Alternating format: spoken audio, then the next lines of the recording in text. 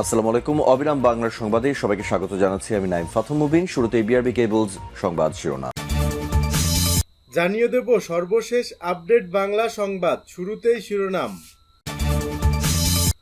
শুরুতেই জানাবো দখল চাঁদাবাজি, ১.৫ মাসে বিএনপির ৫ শতাধিক নেতাকর্মীকে শাস্তি, থাকছে বিস্তারিত প্রতিবেদন।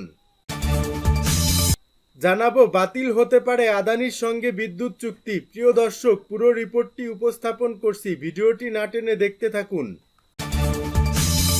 এবং সর্বশেষ জানাবো শেখ হাসিনা নিশ্চিহ্ন হবে, কোরআনের আওয়াজ বন্ধ হবে না, মামুনুল হক। এতক্ষণ শুনছিলেন সংবাদ শিরোনাম, এখন থাকছে বিস্তারিত। দখল চাঁদাবাজির বিরুদ্ধে কঠোর অবস্থানে বিএনপি, ১.৫ মাসে ৫ শতাধিক নেতাকর্মীকে শাস্তি। বিএনপি চাঁদাবাজি, দখলবাজি, অর্থের বিনিময়ে আওয়ামী লীগ নেতাদের শেল্টার দেয়া ও দলীয় শৃঙ্খলা ভঙ্গকারীদের বিরুদ্ধে কঠোর অবস্থান নিয়েছে। এসব অভিযোগে সরকার পরিবর্তনের পর থেকে এ পর্যন্ত ৫ শতাধিক নেতাকর্মীকে বহিষ্কার ও পদ স্থগিত সহ নানা শাস্তি দিয়েছে দলটি। আর এসব অভিযোগ আসামাত্র কারণ দর্শানোর নোটিশ দেয়া হচ্ছে, পরে অভিযোগের সত্যতা মিললে বহিষ্কার ও দায়িত্ব থেকে সরিয়ে দেয়া হচ্ছে। বিএনপি সর্বশেষ শনিবার দিবাগত রাতে ঢাকা মহানগর উত্তর বিএনপির আহ্বায়ক কমিটি বিলুপ্ত করেছে। যদিও বিবৃতিতে কমিটি ভেঙে দেওয়ার কারণ উল্লেখ করা হয়নি, তবে উত্তরের আহ্বায়ক সাইফুল আলম নীরবের বিরুদ্ধে চাঁদাবাজি ও দখলবাজির অভিযোগে এই কমিটি ভেঙে দেওয়া হয়েছে বলে দলীয় সূত্র জানিয়েছে। এছাড়া উত্তরের শীর্ষ দুই নেতার মধ্যে দ্বন্দ্বের বিষয়ও সামনে এসেছে। থানা এবং ওয়ার্ড কমিটি গঠন নিয়েও তাদের মধ্যে বিরোধ তৈরি হয় বলে নেতাকর্মীরা জানিয়েছেন। গত ৭ জুলাই সাইফুল আলম নীরবকে আহ্বায়ক ও আমিনুল হককে সদস্য সচিব করে ঢাকা মহানগর উত্তর আংশিক আহ্বায়ক কমিটি গঠন করা হয়েছিল। বিএনপির সিনিয়র যুগ্ম মহাসচিব রুহুল কবির রিজভী স্বাক্ষরিত বিবৃতিতে বলা হয়, ঢাকা মহানগর উত্তর বিএনপির আহ্বায়ক কমিটি বিলুপ্ত ঘোষণা করা হয়েছে। শীঘ্রই ঢাকা মহানগর উত্তর বিএনপির নতুন কমিটি ঘোষণা করা হবে। এদিকে বিতর্কিত কর্মকাণ্ডের জন্য দলের স্থায়ী কমিটির সদস্য সালাউদ্দিন আহমেদ ও যুগ্ম মহাসচিব খায়রুল কবির খোকনের কাছে ব্যাখ্যা তলব করেছে বিএনপি। ওদিকে ৮ সেপ্টেম্বর এক চিঠিতে জনগণকে দুর্ভোগের মধ্যে না ফেলে মোটরসাইকেলের বহর বা অন্য কোনো যানবাহনে শোভাযাত্রা পরিহার করার জন্য নেতাকর্মীদের নির্দেশনা দিয়েছিল বিএনপি। এছাড়া পোস্টার, ব্যানার ও ফেস্টুন প্রদর্শন করা থেকেও নেতাকর্মীদের বিরত থাকার জন্য নির্দেশনা দেয়া হয়। ওই নির্দেশনা অমান্য করে সম্প্রতি নোয়াখালীতে নিজের নির্বাচনী এলাকায় মোটরসাইকেলে শোভাযাত্রা করেন বিএনপি চেয়ারপারসনের উপদেষ্টা পরিষদের সদস্য ও সুপ্রিম কোর্ট আইনজীবী সভাপতি এম মাহবুব উদ্দিন খোকন। এজন্য তাকেও নোটিশ দেওয়া হয়েছে। এছাড়া ফরিদপুরের নগরকান্দায় ২ গ্রুপের সংঘর্ষ ও এক ব্যক্তির নিহত হওয়ার ঘটনায় দলের কেন্দ্রীয় সাংগঠনিক সম্পাদক শামা ওবায়েদ ও জাতীয়বাদী কৃষক দলের কেন্দ্রীয় সাধারণ সম্পাদক শহীদুল ইসলামের দলীয় পদ স্থগিত করেছে বিএনপি। বিএনপি সিনিয়র যুগ্ম মহাসচিব রুহুল কবির রিজভী বলেন, দলের শৃঙ্খলা বিরোধী ও নৈতিক অভিযোগের ভিত্তিতে বহিষ্কার, পদ স্থগিত ও কমিটি বাতিল করা হয়েছে। আর বিএনপির নাম ভাঙিয়ে অনেকে চাঁদাবাজ ও দখলবাজি করছেন। আবার জনগণকে দুর্ভোগের মধ্যে না ফেলে মোটরসাইকেলের বহর বা অন্য কোনো যানবাহনে শোভাযাত্রা পরিহার করার জন্য নেতাকর্মীদের নির্দেশনা দিয়েছিল বিএনপি। এছাড়া পোস্টার, ব্যানার ও ফেস্টুন প্রদর্শন করা থেকেও নেতাকর্মীদের বিরত থাকার নির্দেশনা দেওয়া হয়।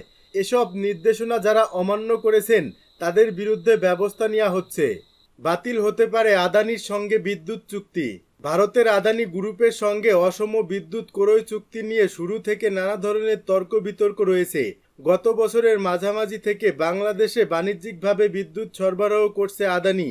অভিযোগ রয়েছে, আওয়ামী লীগ সরকারের আমলে ২৫ বছর মেয়াদী এ চুক্তির মাধ্যমে মুনাফা বৃদ্ধির বিশেষ সুযোগ নিয়েছে ভারতীয় কোম্পানিটি।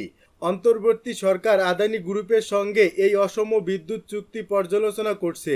অন্যদিকে জ্বালানি বিশেষজ্ঞরা আদানির সঙ্গে করা চুক্তি দেশের স্বার্থে বাতিলের দাবি জানিয়ে শেখ হাসিনা সরকারের পতনের পর শতভাগ রপ্তানির জন্য নির্মিত আদানির বিদ্যুৎ কেন্দ্রের উৎপাদিত বিদ্যুৎ ভারতেও বিক্রির সুযোগ রেখে বিদ্যুৎ রপ্তানি বিধি সংশোধন করেছে দেশটির সরকার।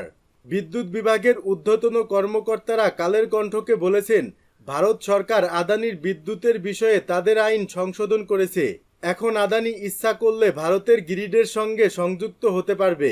এর মাধ্যমে তাদের সঙ্গে চুক্তি বাতিলের সুযোগ তৈরি হয়েছে। কারণ আদানির বিদ্যুৎ ভারতীয় গ্রিডে দিতে হলে আমাদের সঙ্গে নেগোশিয়েট করতে হবে।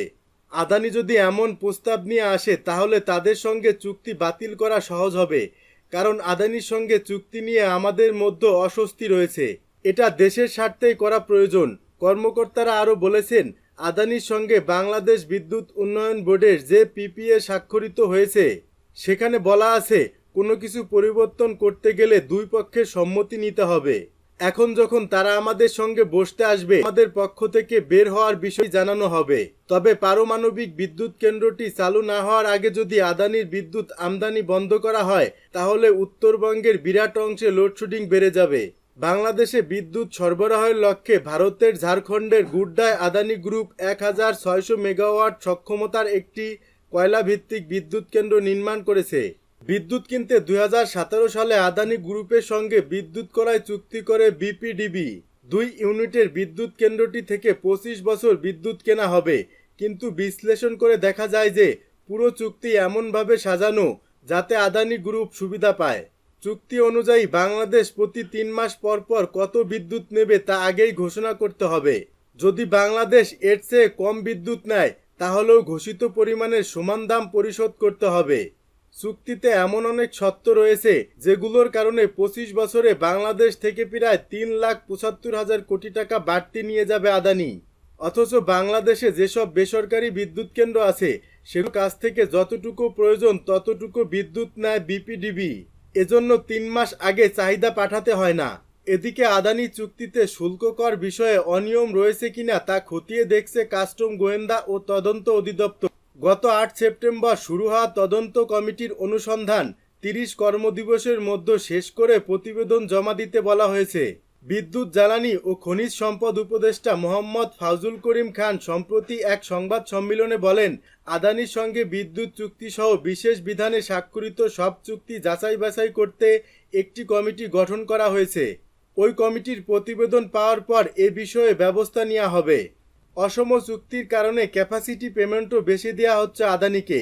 আদানির বিদ্যুতে প্রতি ইউনিট শুধু ক্যাপাসিটি পেমেন্টই পড়বে প্রায় 6 সেন্ট, যা দেশীয় মুদ্রায় 7 টাকা 20 পয়সা। সেই হিসেবে বছরে আদানি শুধু ক্যাপাসিটি চার্জ হিসেবে নেয় প্রায় 9,000 কোটি টাকা। বাংলাদেশের গ্যাস ভিত্তিক ও তেল ভিত্তিক বেসরকারি রেন্টাল বিদ্যুৎ কেন্দ্র গড় প্রতি ইউনিট ক্যাপাসিটি চার্জ 90 পয়সা থেকে 1 টাকা 20 পয়সা পর্যন্ত।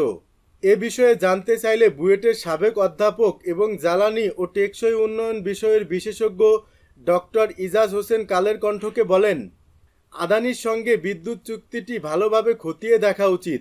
একই সঙ্গে বর্তমানে বিদ্যুৎ কেন্দ্রটি আমাদের জন্য কতটুকু প্রয়োজন তাও দেখা দরকার।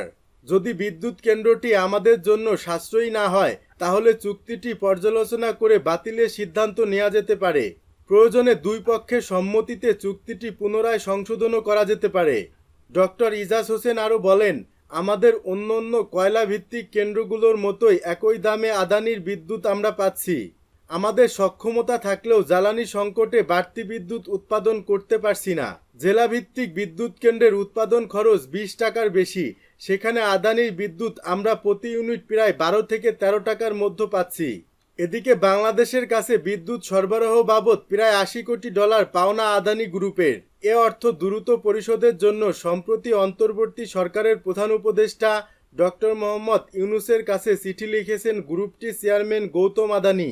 এরপর কয়েকদিন আগে $15 কোটি পরিশোধ করা হয়েছে বলে বিদ্যুৎ বিভাগ জানিয়েছে।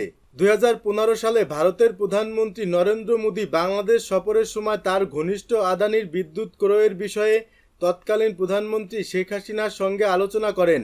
মোদীর সফরের 2 মাস পর আদানি পাওয়ারের সঙ্গে সমঝোতা স্মারক সই করে বিপিডিবি।